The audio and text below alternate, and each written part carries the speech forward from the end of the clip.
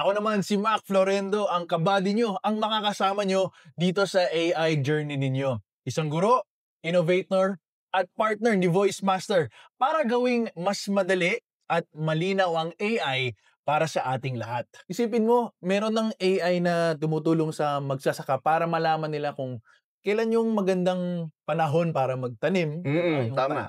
Meron ding AI syempre sa mga estudyante sa paggawa nila ng report.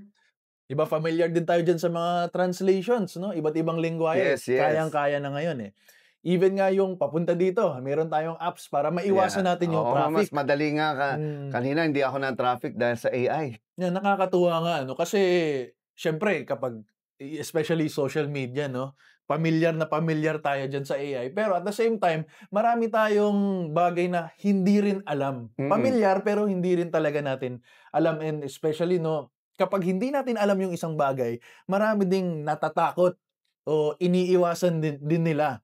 No, kasi lalo na yung sa mga nagtatrabaho. Oo. Baka daw mapalitan sila ng mga robot, no? Mga robot ba yan? Oo. No, napaka-importante kasi talaga. Kasi one way or another, dun din tayo papunta eh. Okay. Whether umiwas ka man, yung iba dyan, hindi naman yan applicable sa akin eh.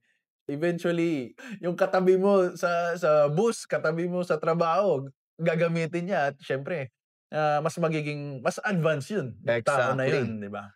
Siguro sa mga nakikinig dyan na nakaka-relate din kayo. Di ba may mga bagay nga kayo na gusto nyo or gusto nyo maging, and with this tool, very, very powerful tool, nagagawa na natin, no? Kahit papaano, paunti-unti. And doon din naman ang goal natin, no? Makamit lahat yan. Dadalhin namin ang AI literacy at edukasyon sa lahat ng sulok ng bansa. Yes. Para mas maging mas matalino, mas magaling, at mas makabuluhan tayong mga Pilipino. Exactly. Of course, sa aking partner, Mac. Yun, again, maraming salamat dito at nakinig kayo sa aming first episode, no? Again, marami tayong pag-uusapan, marami tayong matututunan at sama-sama po tayo dito.